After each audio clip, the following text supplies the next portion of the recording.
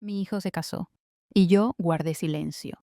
Nadie sabía que heredé 8 millones de euros de mi difunto esposo. Gracias a Dios, lo mantuve en secreto. Yo no lloré en la boda de mi hijo, tampoco me reí. Planché el chal azul que George me regaló el año en que Andrew nació. Aún olía a cedro, aunque llevaba años guardado en el fondo del cajón de lino, envuelto en papel de arroz.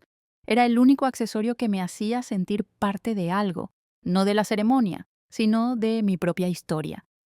No sabía bien cómo debía vestirme, así que elegí el vestido que usé en el aniversario número 30 de nuestra boda. No lo había sacado desde entonces. Me peiné con cuidado, recogiendo el cabello hacia atrás como lo hacía cuando Andrew era pequeño, y quería que su madre pareciera elegante. No hubo nadie que lo notara. En el resort de fachada moderna, lámparas colgantes y flores blancas por todas partes, el aire olía a perfume caro y a nervios no dichos. En la recepción, una joven me entregó una etiqueta adhesiva con mi nombre escrito a mano. Solo decía Margaret, sin apellidos, sin bordes dorados. La de la madre de Melissa, en cambio, tenía una cinta blanca y las palabras familia VIP en cursiva. Me quedé en silencio, con la etiqueta pegada al pecho, sin saber si debía preguntar algo. La recepcionista ya atendía al siguiente invitado. Cuando entré al salón, sentí que mi paso se volvía más lento, como si el suelo mismo quisiera advertirme que no caminara tan confiada. Todos estaban ocupados. Sonrisas, abrazos, brindis. La familia de Melissa parecía dominar el aire, mujeres en tonos champán, hombres con trajes entallados y copas de vino que se alzaban en todas direcciones. Nadie me saludó. Nadie vino a tomarme del brazo ni a decirme vamos a sentarte aquí, junto a Andrew. Un camarero, apenas mayor de 20 años, me acompañó hacia una mesa al fondo. Amigos de la pareja, decía el cartelito. A mi izquierda se sentó un hombre que hablaba de colchones ortopédicos. A mi derecha, una mujer que criaba alpacas en Segovia. Ninguno me preguntó cómo conocía a los novios. Hablaban entre ellos, cruzándome con las palabras como si yo fuera parte de la decoración, como si el vestido viejo y la bufanda azul me hicieran invisible. Observé a Andrew desde lejos. Su traje estaba impecable. El corte de cabello le marcaba la mandíbula, la misma que tenía su padre. Cuando bailó con Melissa, sus pasos eran firmes y él sonreía. Luego bailó con su suegra, después con una tía de ella que usaba brazaletes grandes y brillantes. Me quedé con las manos sobre la falda, listas para el momento en que él se girara, me buscara con los ojos, pero no lo hizo. Un fotógrafo pasó por mi lado 2 veces, ni una sola foto. La música cambió. Se encadenaron canciones sin pausa. Cuando sirvieron el postre, yo ya había dejado de esperar algo dulce. Doblé la servilleta con cuidado, la dejé bajo el plato. Tomé la caja pequeña que llevaba conmigo, el regalo que había tallado a mano, y la volví a guardar en el bolso. Nadie me lo había pedido. Nadie lo notó. Si esta historia te ha tocado, suscríbete al canal para no perderte lo que viene. Porque lo que está por suceder duele más que cualquier golpe. El hijo, que más amaste, firmará en silencio los papeles que buscan quitarle a su madre su última libertad. Y mientras cruzaba el salón hacia la salida, un joven de limpieza, recogiendo copas vacías, se acercó por error y preguntó: ¿Usted es de la parte de la familia? Lo miré, solo un segundo. Ya no lo sé, le respondí con voz tranquila. No lo dije con tristeza, lo dije como quien finalmente ve con claridad. Volver a casa esa noche fue como entrar en una fotografía vieja. Todo estaba en su sitio, pero yo no. El pasillo olía a polvo fino y a madera tibia. Las luces seguían programadas para encenderse con sensores, pero las dejé apagadas. No necesitaba más claridad. Ya tenía suficiente. Colgué el chal azul con cuidado, no en el armario, sino sobre el respaldo de la silla en la cocina. Lo dejé allí como si fuera un testigo. Aún llevaba mi vestido, y por alguna razón no sentí urgencia por quitármelo. Me preparé una infusión, hierba luisa, la que George siempre decía que olía a patio limpio, y me senté en la mesa sin encender la lámpara grande. Solo la luz del extractor dibujaba sombras suaves en la pared. Saqué la cajita que había llevado al salón, el regalo que nunca entregué. Lo puse sobre la mesa. Mis dedos repasaron la cinta azul marino, apretada con el nudo que ensayé 3 veces esa mañana. Por dentro, una pequeña caja de madera que tardé semanas en tallar. Había forrado los compartimentos con terciopelo y grabado una frase corta bajo la tapa: para las cosas demasiado valiosas para perderlas. La caja no tenía valor para nadie más, pero era de mis manos, de mi tiempo, de mi historia. Y nadie la pidió. Apoyé la cabeza en el respaldo, escuché el silencio como quien escucha un idioma que había olvidado. No era amargo, era un silencio que ya no dolía, solo pesaba. Como un abrigo mojado que no te protege pero tampoco puedes quitarte. Me fui a la habitación sin revisar el móvil. No encendí la radio, no puse música de fondo. Me quité el vestido con lentitud, colgándolo junto al chal. Mientras me lavaba la cara, vi mi reflejo en el espejo. Una mujer mayor, sí, pero no frágil, solo quieta, como tierra que ha sido removida, pero aún guarda semillas debajo. Me metí en la cama y no cerré la puerta del todo, la dejé entreabierta, como siempre lo hacía cuando Andrew era niño y temía las tormentas. De alguna forma, esa costumbre nunca se fue, hasta esta noche. El sueño llegó sin ruido, no fue profundo, pero sí constante, como un río que se desliza sin pedir permiso. Soñé con George, no dijo nada, solo estaba ahí, sentado en la silla de mimbre del porche, mirando al huerto que nunca terminamos. Yo me sentaba a su lado, tampoco hablaba, solo sentíamos juntos el aire fresco de la tarde, y eso bastaba. Al despertar, la casa no se sentía distinta, pero algo en mí sí. Fui a la cocina, no encendí la cafetera, solo me preparé un té negro y tosté una rebanada de pan. Mientras untaba mantequilla, observé cómo la luz de la mañana entraba por las cortinas finas. Bailaba sobre la mesa de madera como una visita que no se apresura. Pensé en llamar a Andrew, en preguntarle si le gustó la música, si se dio cuenta que no me senté en el lado correcto del salón, si notó que no entregué el regalo. Pero no lo hice. En vez de eso, llevé la cajita de madera de vuelta al cuarto de costura. La puse sobre la estantería más alta, junto a una foto en blanco y negro de George con Andrew en brazos. La miré un momento, luego me senté, abrí mi cuaderno y escribí solo una línea. Hay ausencias que se sienten más cuando uno está presente. Me desperté antes del amanecer. No porque tuviera algo pendiente, sino porque mi cuerpo ya no sabe dormir cuando el alma se siente desplazada. La casa estaba en silencio, salvo por el crujido de las tuberías viejas que siempre protestan un poco antes de dejar pasar el agua caliente. Puse a calentar el hervidor, partí un limón, y mientras el vapor comenzaba a llenar el aire, miré la caja que aún estaba sobre la estantería, la misma que no entregué, la misma que no fue pedida. Me senté a la mesa con mi té y dejé que mis ojos se perdieran en la ventana. Afuera, los árboles aún estaban quietos, como si también ellos dudaran si ya era hora de despertar. En la calle no pasaba nadie.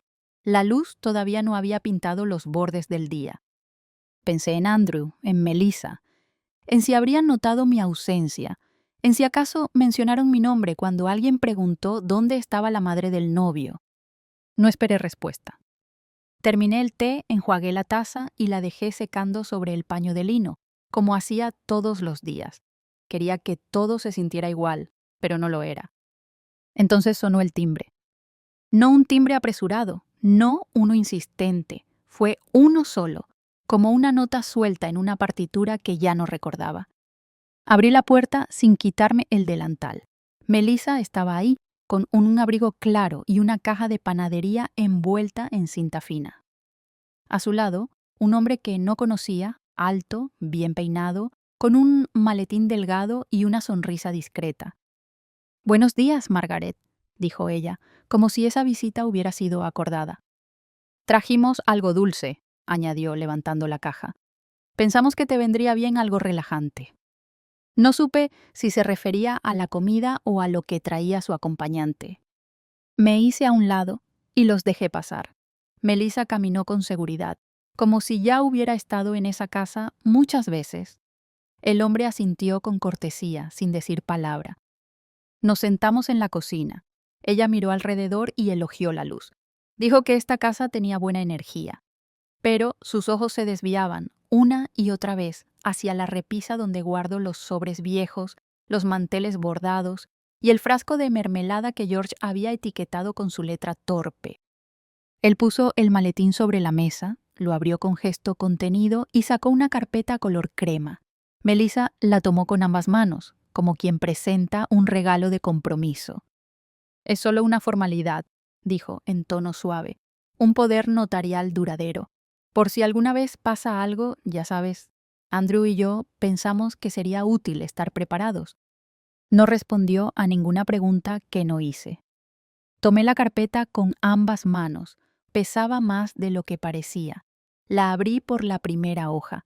El lenguaje legal era denso, pero no necesitaba leer entre líneas. Las palabras clave estaban en negrita: acceso inmediato, autoridad financiera, control pleno. No hice gesto alguno, no comenté nada. Serví té para los tres. Añadí un terrón de azúcar al suyo, sin preguntarle si lo quería así. Él aceptó la taza con un asentimiento. Melissa sonrió, satisfecha. «No hay prisa, claro. Puedes leerlo cuando te sientas lista». Volvió a guardar la carpeta, cuidadosamente, y la colocó dentro del maletín como si envolviera algo frágil. Luego, como si quisiera aligerar el aire, dijo: «Andrew está muy feliz. La boda salió preciosa, ¿verdad?». No respondí. Solo miré la silla vacía frente a mí, la que George solía usar para leer el periódico. No hablamos mucho más. El hombre se levantó primero. Melissa me tocó el brazo antes de cruzar la puerta, como si fuera una señal de ternura, pero la suya era la misma mano que había empujado la puerta sin avisar. Los vi desde la ventana mientras se alejaban. Ella hablaba animadamente, con las manos, como quien repasa una estrategia recién ejecutada. Él la escuchaba, con los hombros rectos, sin mirar atrás. Cuando la puerta se cerró tras ellos, el silencio volvió a su sitio, como un animal que había estado esperando en la sombra. No me apresuré. Lavé las tazas. Sequé la encimera. Volví a colocar la caja de galletas en la alacena alta, donde solo yo alcanzo. Después, y solo entonces, llevé el maletín que habían dejado, el mismo que Melissa había abierto con tanto cuidado, al estudio donde George solía revisar sus papeles de trabajo. El estudio olía a papel envejecido y a madera barnizada. El reloj de pared seguía marcando una hora incorrecta desde hacía años y nunca tuve corazón para cambiarla. Saqué la carpeta del maletín y la dejé sobre el escritorio. No la abrí de nuevo. En vez de eso, abrí el cajón inferior, ese donde George guardaba sus bolígrafos favoritos, cartas viejas y algunas facturas. Al fondo, aún estaba el portaplumas de mármol que compramos en nuestro primer viaje juntos a Galicia. Encima de él, un sobre doblado cuidadosamente con mi nombre escrito en tinta azul. No era nuevo. Yo lo conocía. George lo había escrito en el hospital semanas antes de irse. No lo había leído entonces. Solo lo guardé, como quien guarda una llave sin saber qué puerta abre. Lo tomé en las manos. Sentí su peso más en el pecho que en los dedos. No lo abrí. Volví a guardar todo con calma. La carpeta con el poder notarial, el sobre, el portaplumas. Cerré el cajón, no con dureza, solo con decisión. Esa tarde salí al jardín trasero. Las lavandas estaban secas, los geranios torcidos. Me arrodillé con cuidado, mis rodillas ya no perdonan los descuidos, y empecé a quitar hojas muertas. No pensaba en nada, pero mi cuerpo sí. Mis manos parecían saber qué hacer mucho antes que mi cabeza. El sol descendía lento. La sombra de la higuera se alargaba sobre la tierra, igual que en aquellos veranos en que Andrew jugaba con el perro entre los macizos. Pensé en su risa de niño, en cómo solía correr hacia mí con las manos sucias y los bolsillos llenos de piedras que él llamaba tesoros secretos. La memoria no duele, duele lo que ha cambiado. Entré cuando ya era casi de noche. Me preparé un caldo sencillo, pan tostado, aceite de oliva y un poco de ajo. No encendí la televisión, comí en silencio. A cada cucharada algo se asentaba dentro de mí. No era rabia, no era miedo. Era otra cosa, como si un hilo invisible comenzara a tensarse. Después de lavar los platos, fui al armario del pasillo, donde guardo las toallas viejas, las sábanas que ya nadie usa. En el fondo, aún estaba el abrigo gris de George, lo saqué. En el bolsillo interior, como yo esperaba, seguía la pequeña libreta negra que él llevaba a todas partes. La abrí por una página cualquiera. Había una frase escrita con su letra apurada. Si algún día dudas, recuerda, no estás sola, estás preparada. Cerré la libreta. La presioné contra el pecho un instante. Luego volví a guardarla. Esa noche, al apagar las luces, dejé la puerta del estudio entreabierta. Y dormí sin soñar. Encontré la llave por accidente, o al menos eso quise creer. Estaba en la maceta de barro donde solíamos tener una planta de lavanda. George siempre decía que esconder algo a la vista era la mejor manera de protegerlo. La maceta estaba vacía desde el verano pasado, solo quedaban restos de tierra seca y raíces delgadas como hilos olvidados. La llave era pequeña, de latón, con una curva gastada en la cabeza. En cuanto la vi, supe a qué pertenecía. No bajaba al sótano desde antes del invierno, no porque me diera miedo, sino porque no tenía motivo. El taller de George seguía allí abajo, con sus herramientas colgadas en la pared, las maderas sin terminar, y ese olor a barniz viejo que el tiempo no logró disipar. Los escalones crujieron bajo mi peso. No se quejaban, solo anunciaban que alguien volvía a pisarlos. Encendí la luz del bombillo desnudo, y el haz amarillo dibujó sombras largas en el suelo de piedra. El armario estaba al fondo, bajo la repisa donde aún descansaban las latas de pintura seca. George lo había construido con sus propias manos, puertas gruesas, bisagras de hierro, cerradura simple.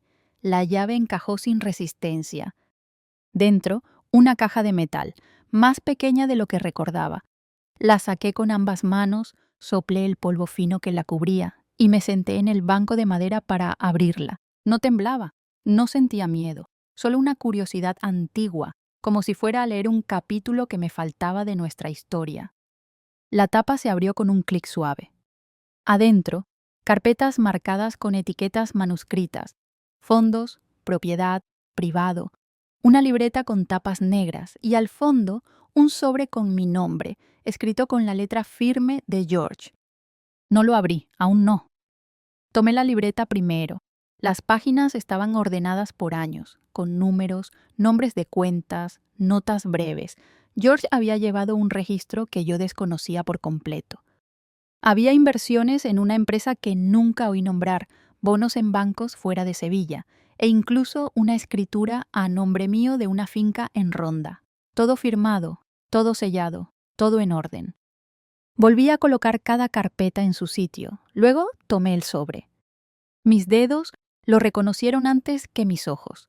El mismo papel grueso que usábamos para las cartas de aniversario.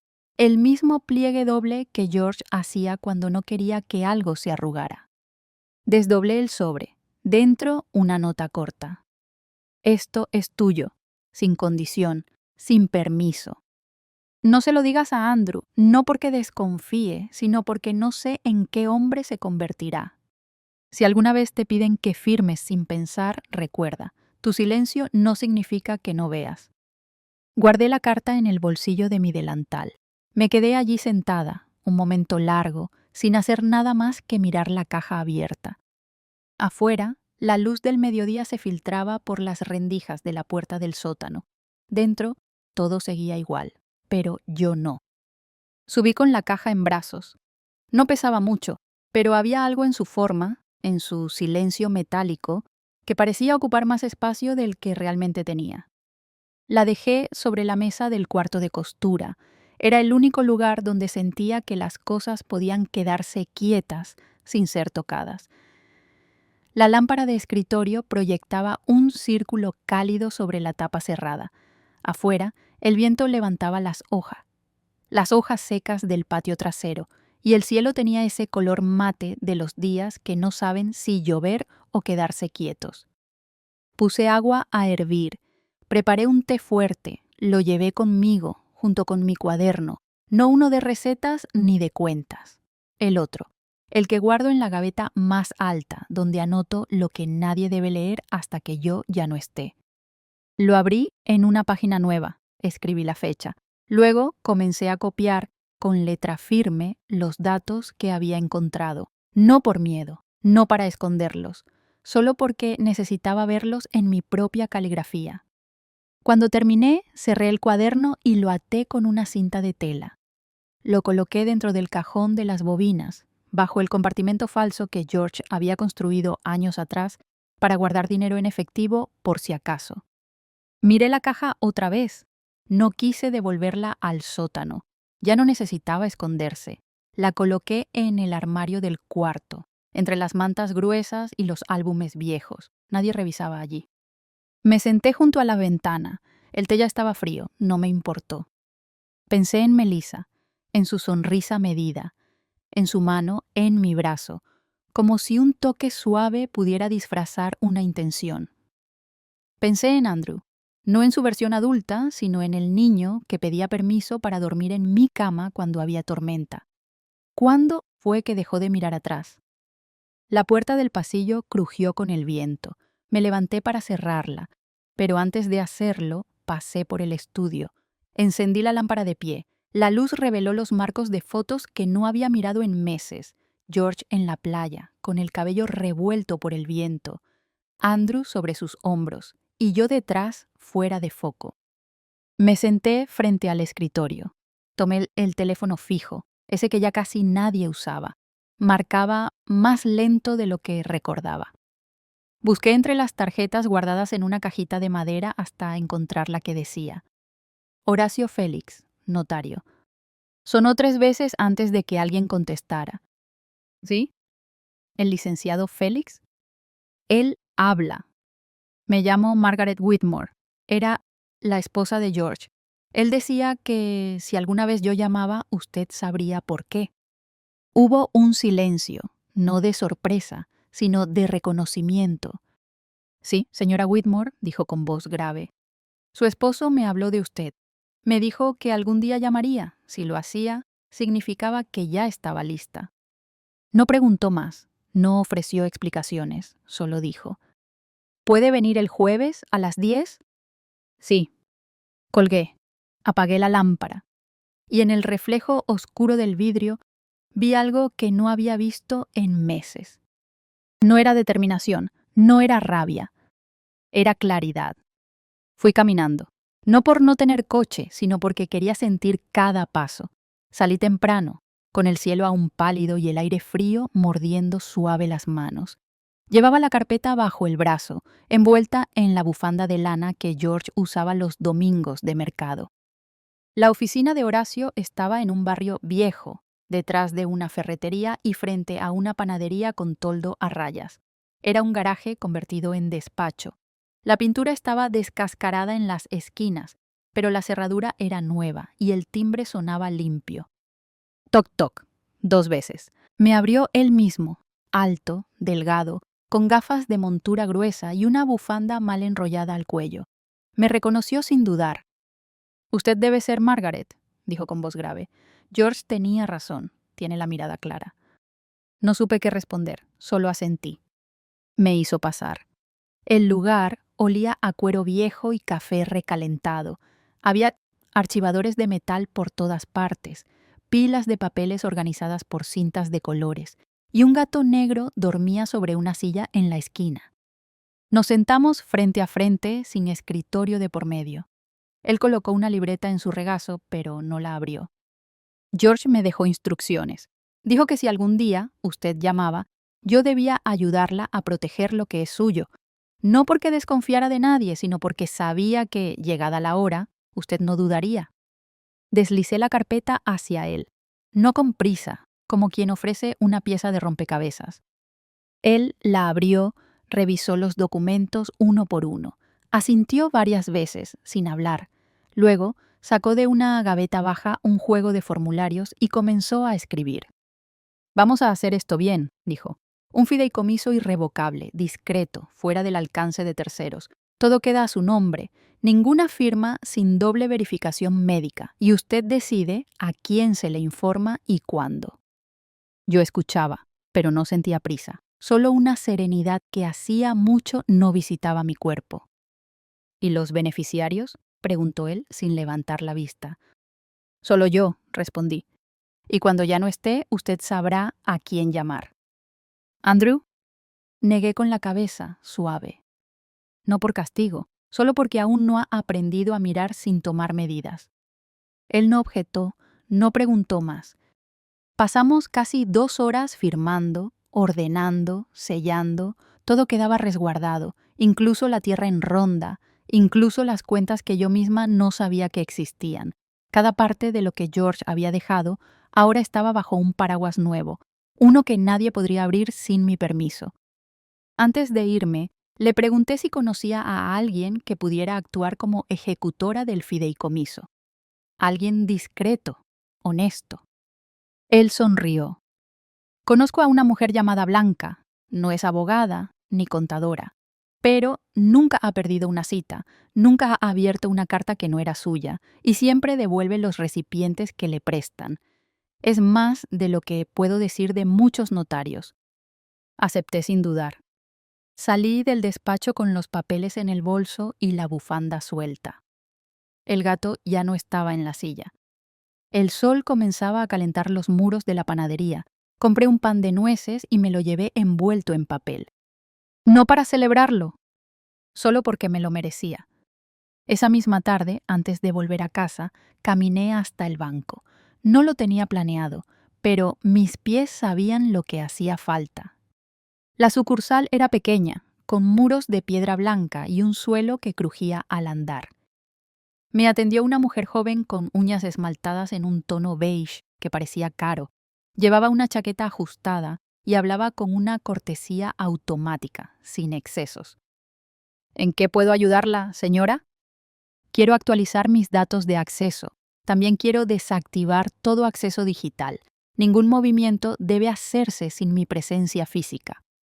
Levantó la mirada por primera vez. ¿Está segura? Es un poco incómodo. Más incómodo es firmar sin ver. No discutió. Tecleó en su ordenador durante varios minutos. Me pidió que firmara 3 formularios, cambió mis códigos, me entregó una nueva libreta bancaria y un sobresellado. Listo, dijo. Ahora todo requiere su firma directa. Nadie más puede hacer operaciones sin usted. Asentí. Guardé los papeles con cuidado en el bolso. Antes de irme, le pregunté si podía verificar una cosa. ¿Ha habido alguna consulta o movimiento sospechoso a mi nombre en las últimas semanas? Ella dudó, miró la pantalla, frunció levemente el ceño. Hubo una consulta de verificación, sí, hace casi un mes. Fue desde una firma jurídica. El nombre que aparece es Valeria Guzmán. No dije nada, solo agradecí y salí. El aire afuera era más fresco que antes, como si algo se hubiera retirado de mi espalda. Caminé lento hasta casa. Las calles estaban tranquilas, los árboles lanzaban sombras suaves sobre las fachadas y en una ventana una mujer colgaba sábanas recién lavadas que olían, incluso a distancia, a sol y jabón antiguo. Cuando entré en casa, lo primero que hice fue encender la radio. Sonaba una canción vieja que George solía tararear mientras cocinaba.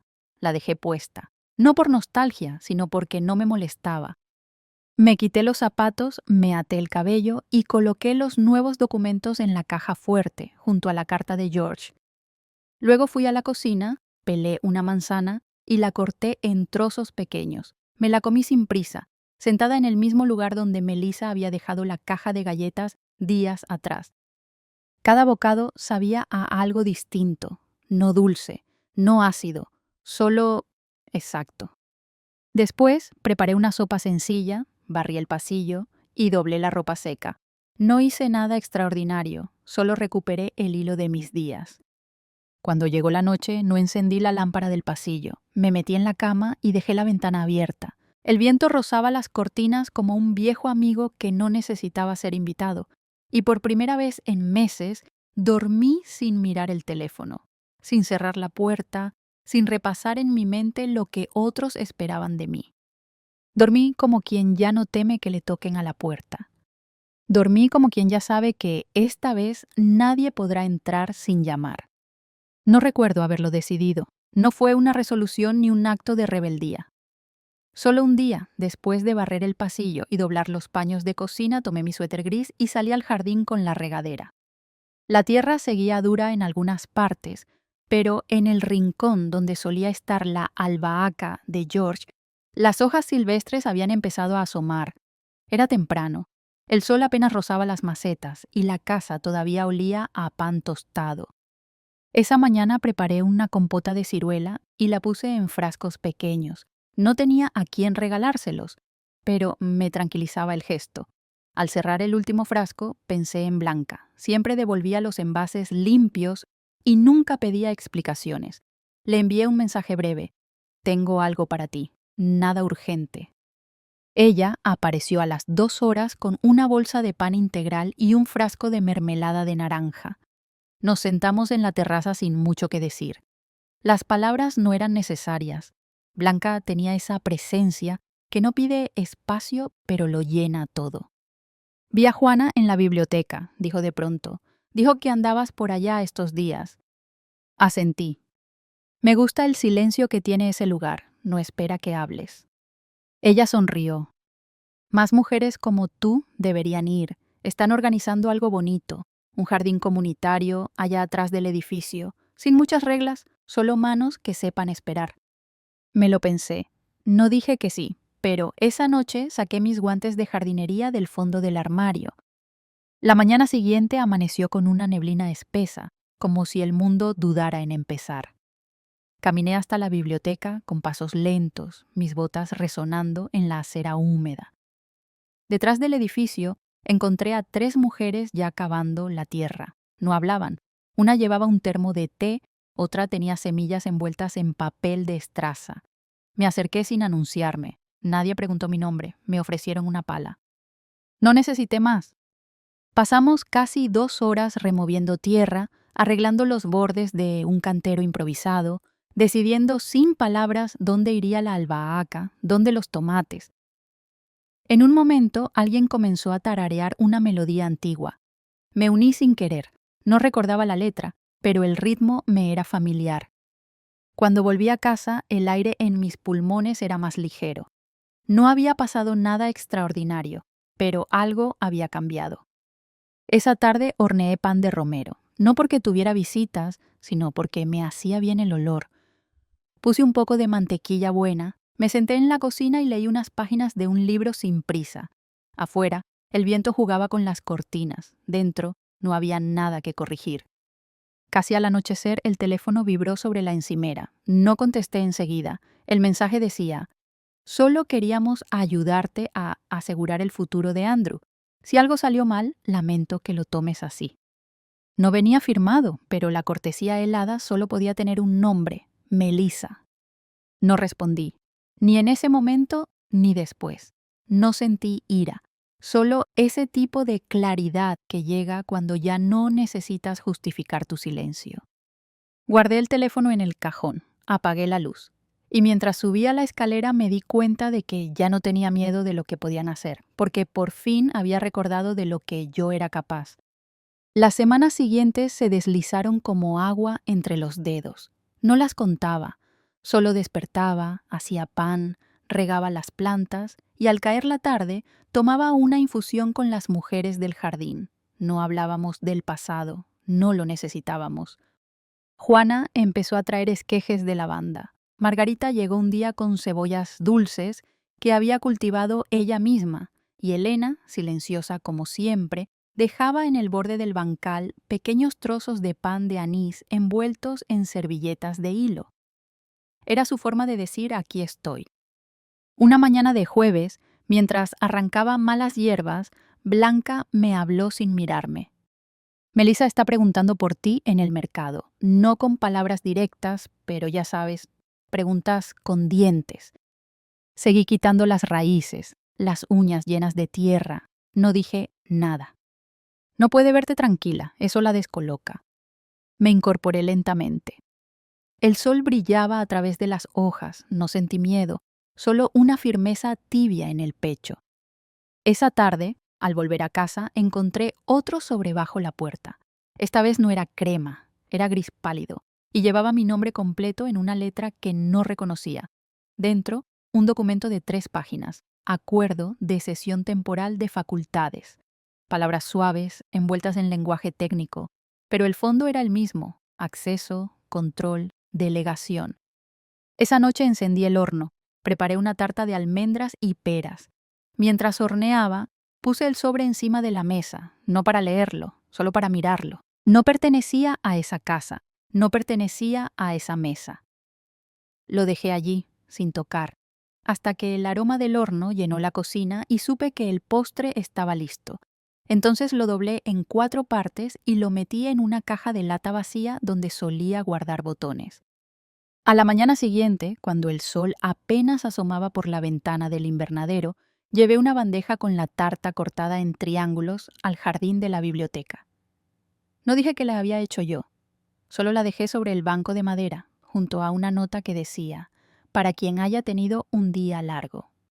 Nadie preguntó, pero cuando regresé al final de la tarde, solo quedaban migas.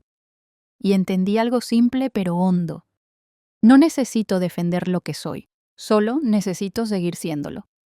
Y eso, aunque no parezca mucho, ya es todo. No hubo campanadas ni revelaciones. Solo desperté un jueves con la luz entrando de lado en la cocina, y supe que algo en mí había cambiado para quedarse. Puse agua a hervir, partí una rebanada de pan integral que Blanca me dejó la tarde anterior, y mientras lo untaba con mantequilla pensé: hoy no debo nada a nadie. No era rebeldía, era libertad tranquila. Ese mismo día caminé hasta la plaza del Mercado Viejo.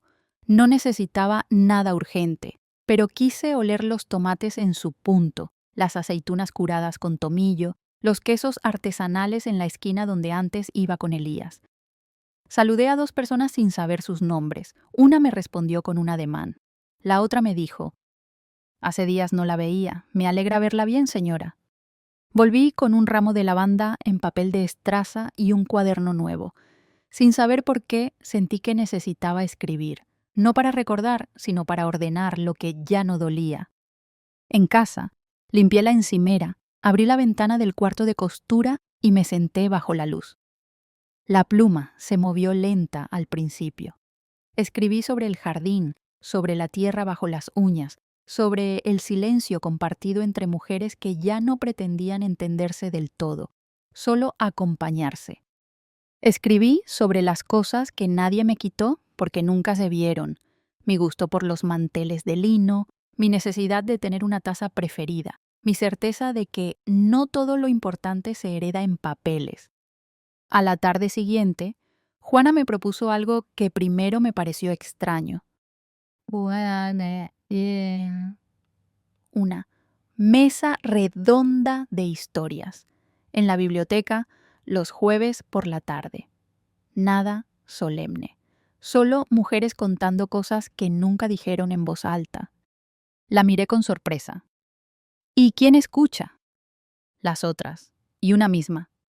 No supe qué responder, pero ese jueves, a las 5 en punto, llevé una caja de galletas de avena y me senté en la esquina de una sala tibia, rodeada de rostros conocidos.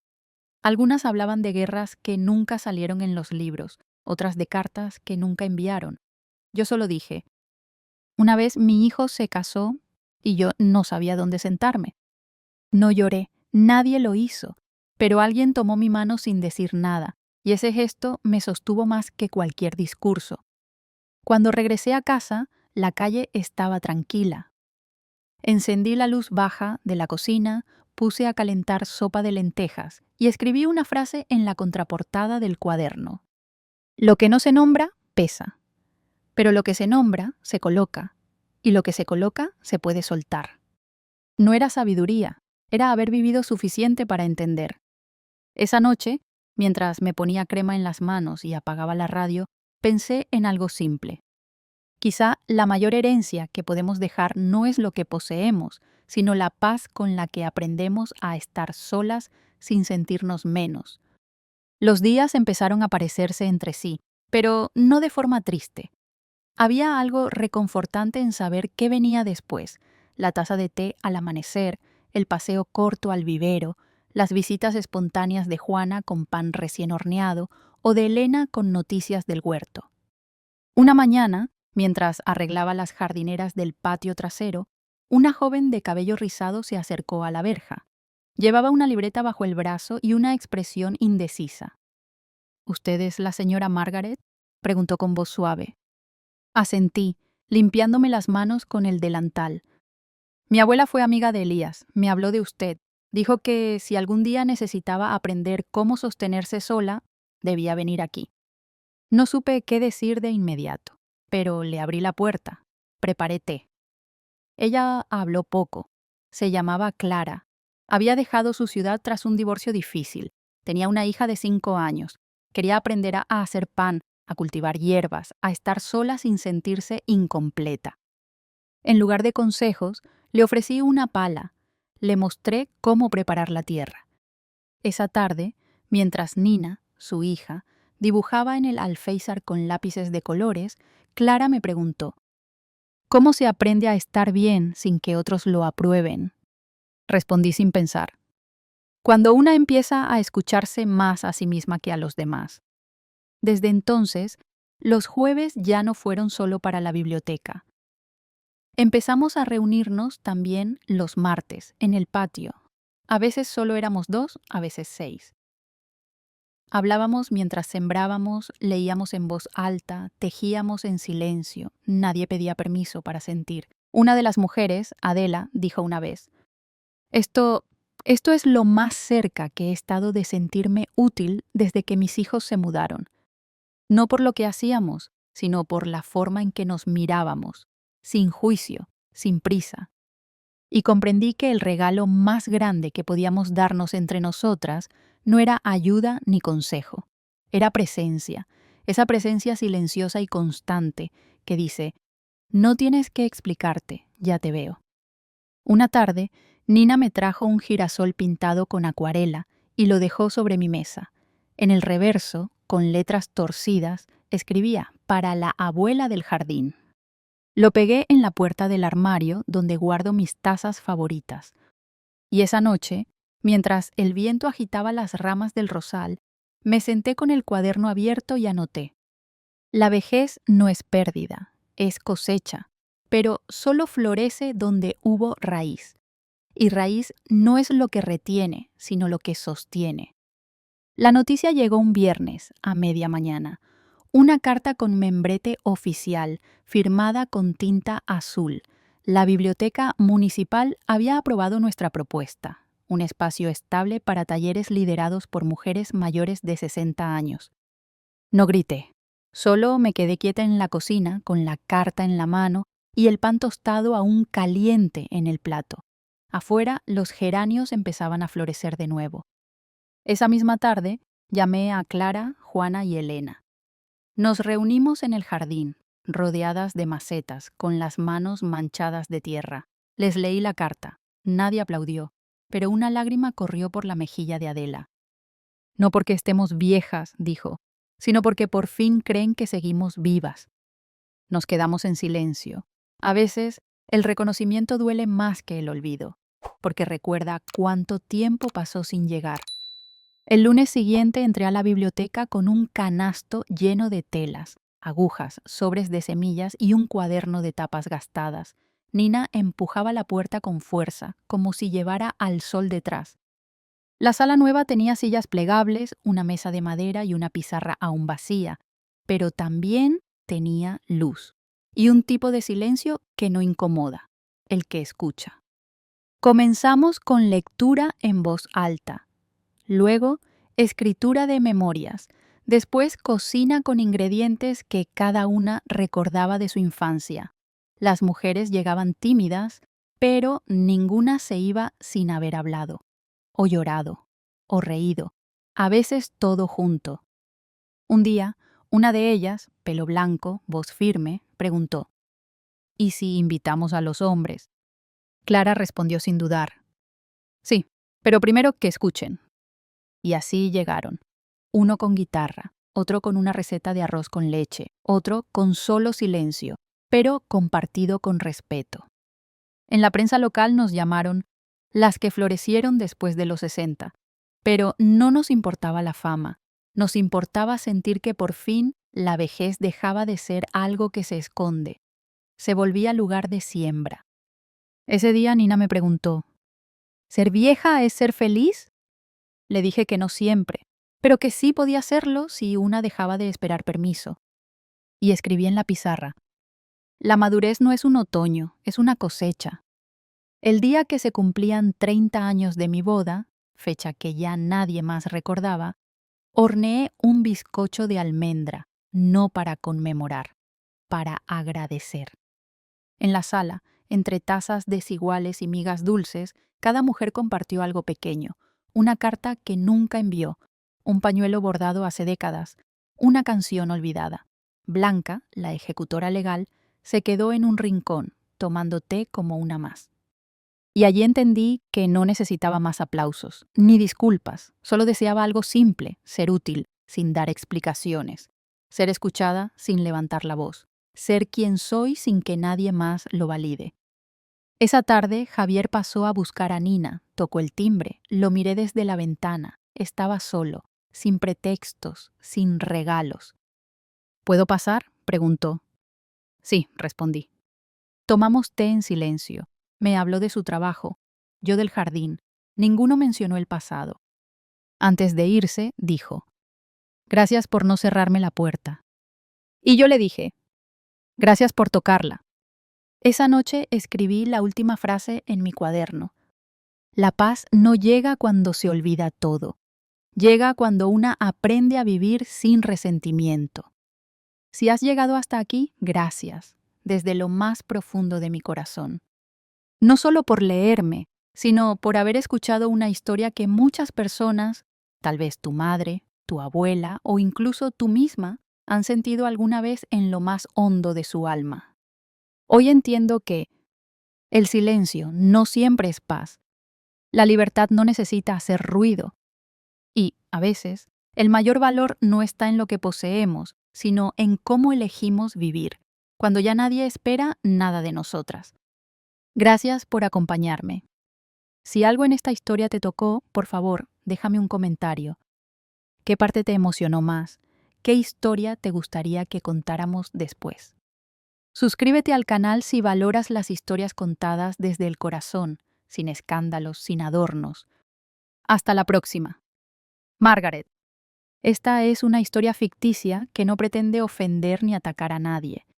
Fue creada únicamente para transmitir una lección significativa a los espectadores, y todos los nombres de los personajes son completamente ficticios.